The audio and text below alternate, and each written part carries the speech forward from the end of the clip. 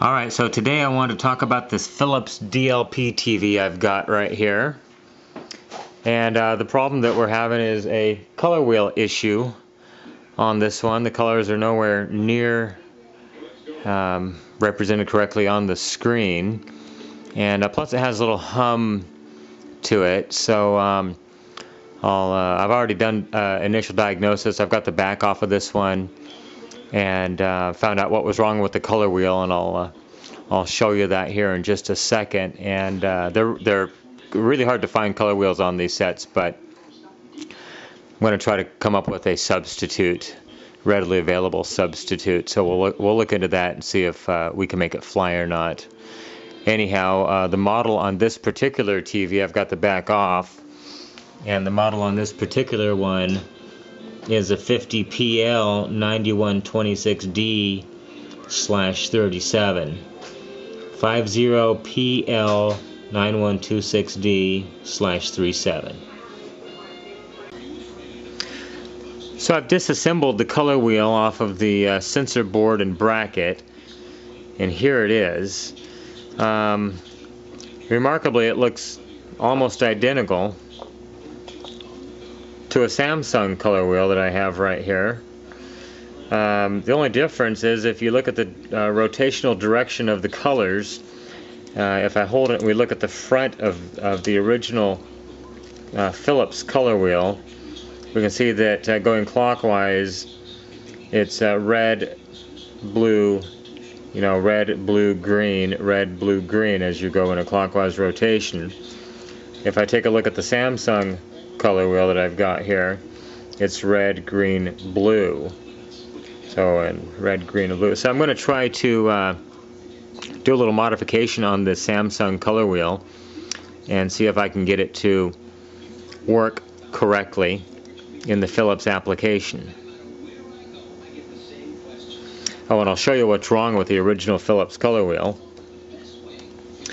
If you look at where the index mark is right here, the index mark needs to be fixed to one of the colors, but the problem with this color wheel is that the glass part is actually completely loose, and I can move the glass around here, and so it never actually lines up where it needs to in its correct rotation. It was moving easily, now it's moving much harder. But anyhow, the glass part is physically loose in respect to the color wheel index mark. So I've got the back off of this one. I've already got it to the point where the engine can come out. I just wanted to show you what you need to do. Remove the two lock screws, remove the LVDS cable.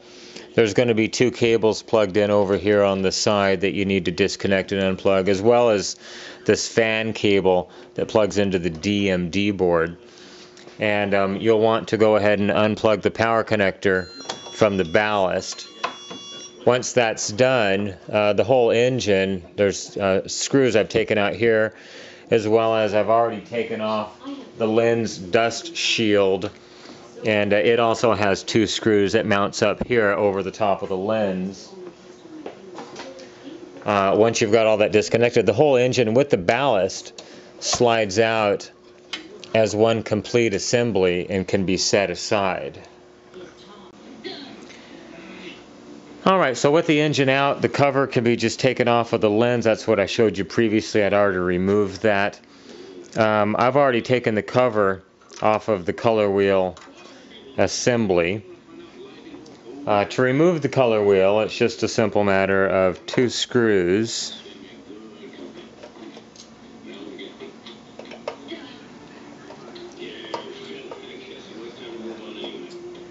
Two screws come out. Disconnect the ribbon cable and the index cable. Lift up very gently. Make sure you're lifting straight on the color wheel, that it comes out and doesn't bang into anything.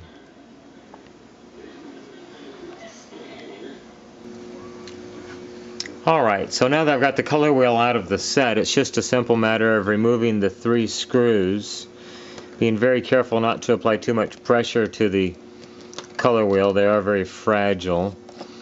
So just removing the 3 screws that hold the color wheel in place.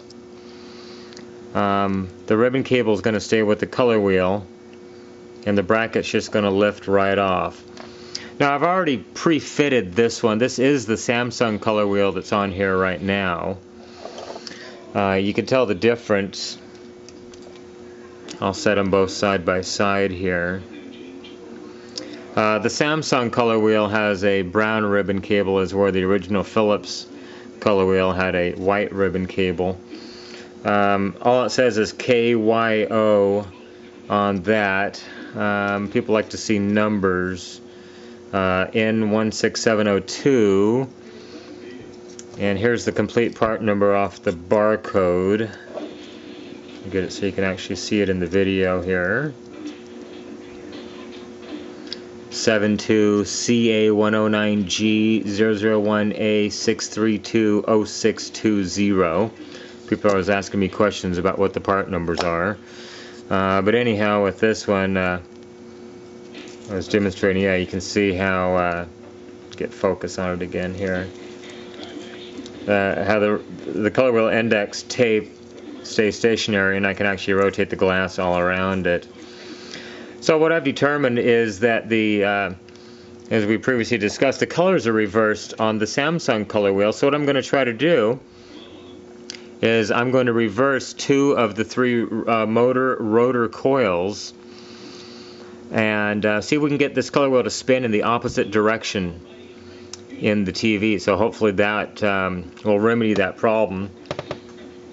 And I've already, with an ohm meter, I've already done continuity checks. I've already determined that this lead on the far right hand side is the common lead, and then there's usually like a X coil to that, a Y coil to that, and a Z coil to that. So I'm going to reverse 2 of the 3 coils, and I think I'm going to leave this one as is. I'm going to try to reverse this coil and this coil. So I'm going to very carefully unsolder this fine little wire right here, as well as this one, and try to just physically swap them out.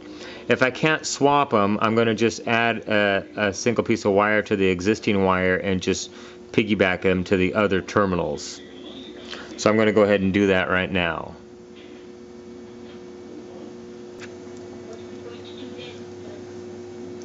So I'm just going to try to heat this up just a little bit and just kind of move that little fine wire out of the way, just like that. I'm going to do the same thing on this one.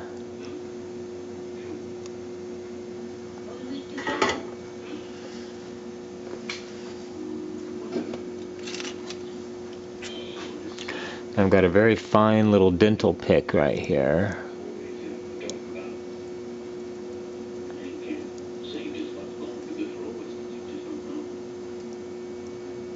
So there's the 2 different wires.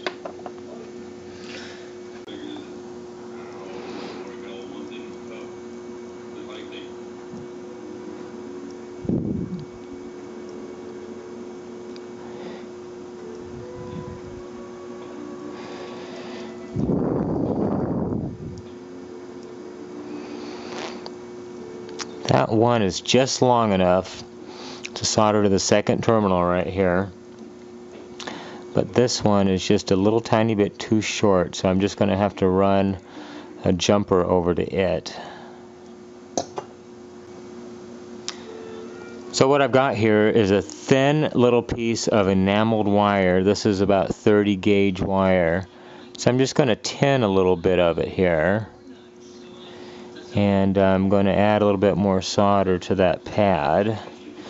Maybe not quite that much. Oh, that looks good. So I'm going to tack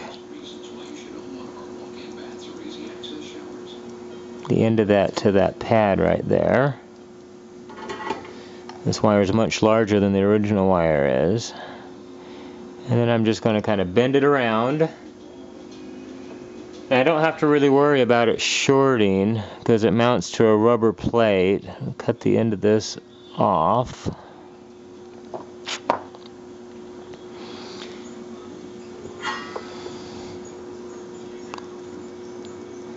very quickly just tack solder those two leads together.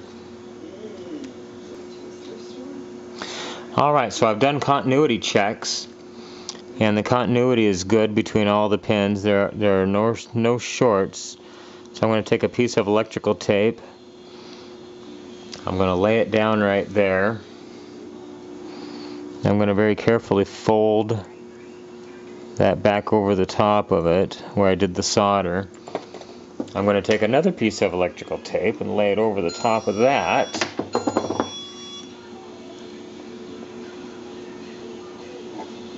Just to keep it from being shorted out. And then we'll put it together and put it back in the TV and see what happens. Alright, so I've got the Samsung color wheel back in the TV. If you can see Samsung on that. Make sure that when you plug this little plug, see if I can get the camera on it. When you plug the ribbon cable back into the DMD board on this one, make sure that the contacts are facing up on this one. Otherwise it won't run.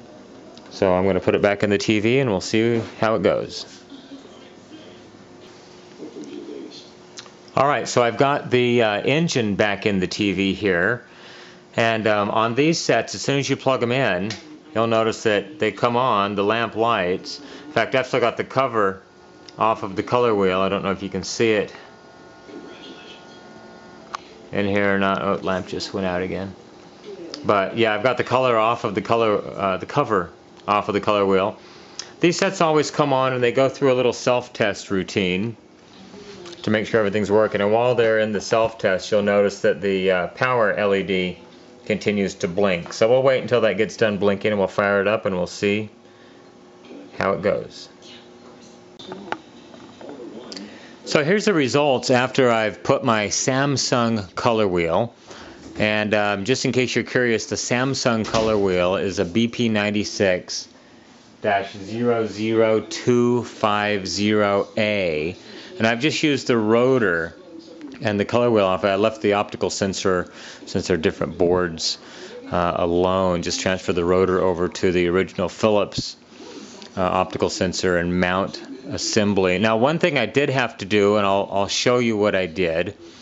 I had to actually, because I can't find a way to get into the adjustment mode to adjust the color wheel index delay like on the Samsungs or the Mitsubishis. You can go in there and you can actually adjust the index delay. On this Philips, there seems to be no way to access the DLP engine to do adjustments on it. So what I had to do was, I've got a broken color wheel here, and all it is, all the glass is broken off of this color wheel. This came from a Mitsubishi, but you can see where the index delay tape is. So on this Samsung color wheel that I put into this place, I scraped off the tape and I moved it. Let me get another wheel. So here's the actual Samsung color wheel. This one's broken. The glass has come loose on one segment, so it's not lined up. But I scraped off this color wheel index mark right here, and I actually just moved it one pane in this direction, and I took a Sharpie, and with the Sharpie I just drew the black mark back on the rotor, and this is the result I've got. Let me try to get a video actual picture on the screen. Let me try to get an actual picture and see what regular TV looks like. All that glare that's on there is because the lamp cover and the color wheel cover are both off. It's really close. On some of the highlights you can see some shadows. I mean, it looks fairly good right now. I could see it on their faces just a second ago.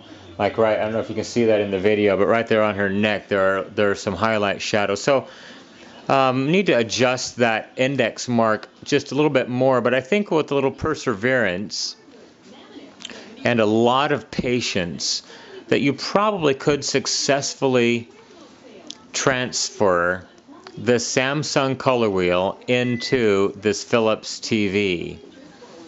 And because the only Philips color wheel I can find, there's one guy currently, as of the making of this video, he's selling one on eBay for $225, which is just absolutely ridiculous. No one's going to want to put that much money into one of these TVs to repair it. I mean, it's not economical. I mean, I love the DLP technology and all, but it's just not economical to try to put that much money into it. So hopefully, if you get a little bit desperate and you want to try this, you just need to reverse the rotation of the color wheel so the colors do line up. It actually looks quite well on the color bar pattern that I had put into here. The colors they're close and they're very accurate, but just that little index delay needs to be touched up just a little tiny bit more.